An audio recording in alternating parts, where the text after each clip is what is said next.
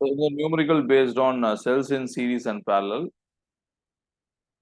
So calculate another effective EMF, calculate internal resistance, calculate the potential difference. Number one வந்து நம்ம effective resistance calculate பண்ண போறோம். Sorry, effective EMF.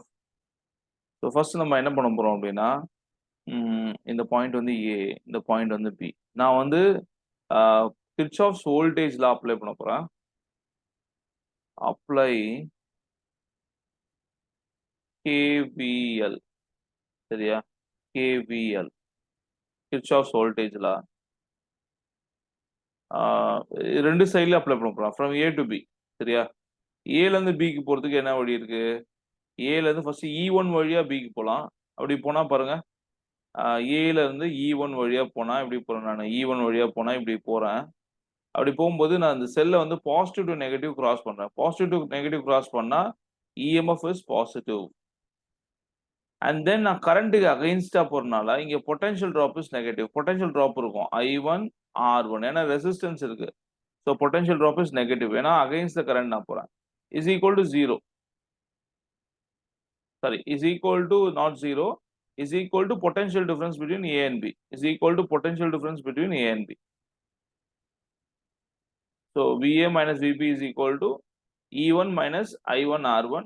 இந்த value நான் V ன்னு வச்சுக்க போறேன். So V is equal to என்ன ஃபார்முலானா E1 minus I1 R1.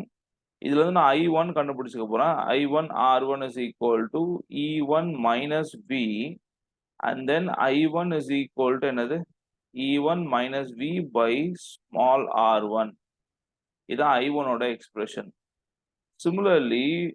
Similarly I2 நீங்க இதே மாதிரியே எழுதலாம். Similarly I2 is equal to E2 minus V by R2. So I2 ஓட வேல்யூவும் எழுதியாச்சு. Then what is the total current?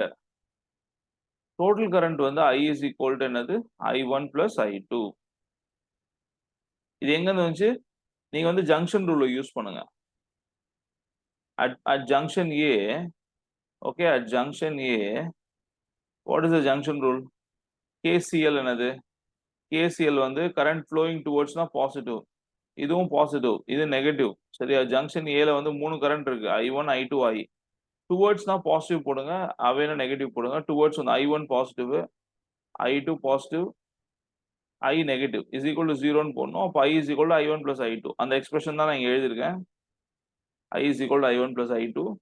And then இப்போ இதை சப்ஸ்டியூட் பண்ண போறேன். அப்ப I is equal to என்னது?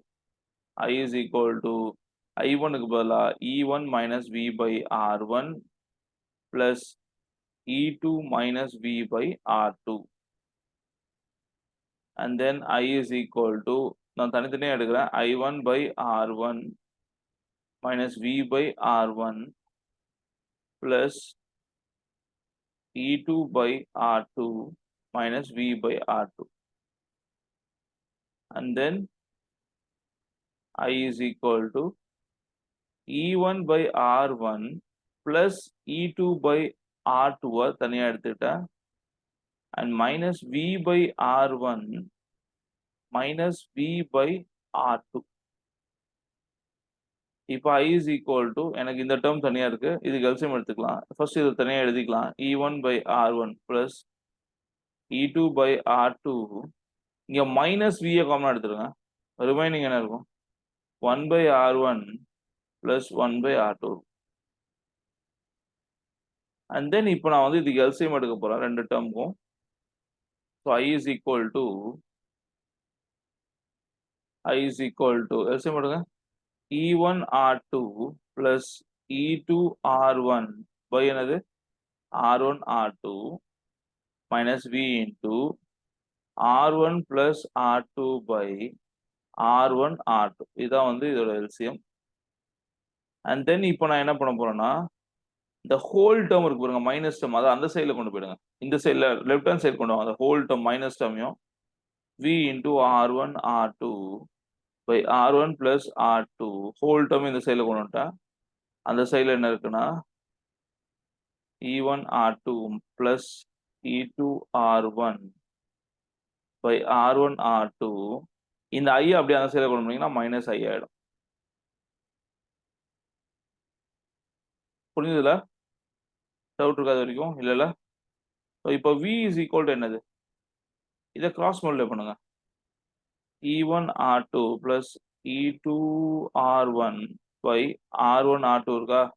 இந்த டேர்மை கிராஸ் மல்டிப்ளை பண்ணீங்கன்னா இன்டூ R1 plus சாரி ஏதோ மிஸ்டேக் பண்ணியிருக்கோம்.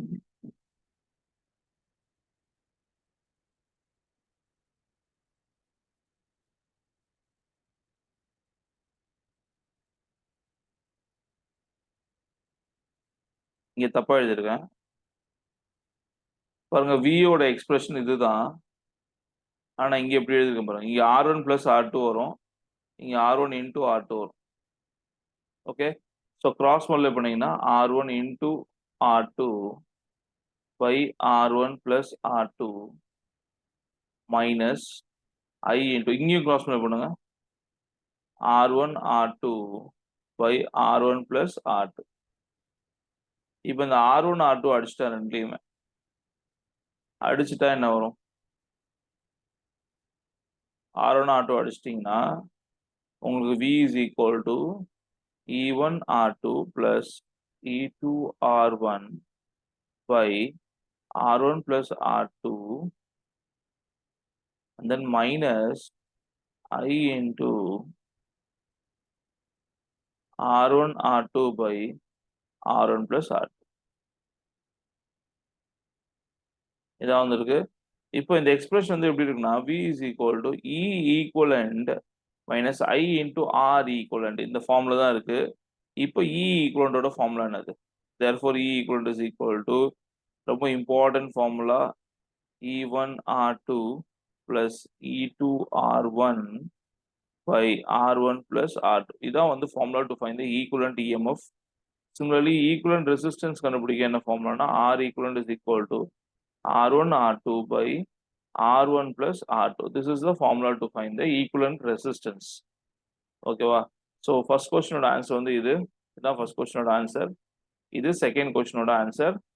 தேர்ட் கொஸ்டின் என்ன கேட்குறாங்கன்னா பொட்டன்ஷியல் டிஃபரன்ஸ் கேட்குறாங்க. அதோட ஆன்சர் இது இருக்கு பாருங்க. ஸோ தேர்ட் கொஸ்டின் வந்து potential difference is equal to E equivalent minus I into R. This is the answer for the third question. Okay, doubt தான் நீங்க இப்போ கேட்கலாம். நான் முன்னாடி ஸ்டார்டிங்ல இருந்து நான் ஸ்க்ரால் அப் பண்றேன்.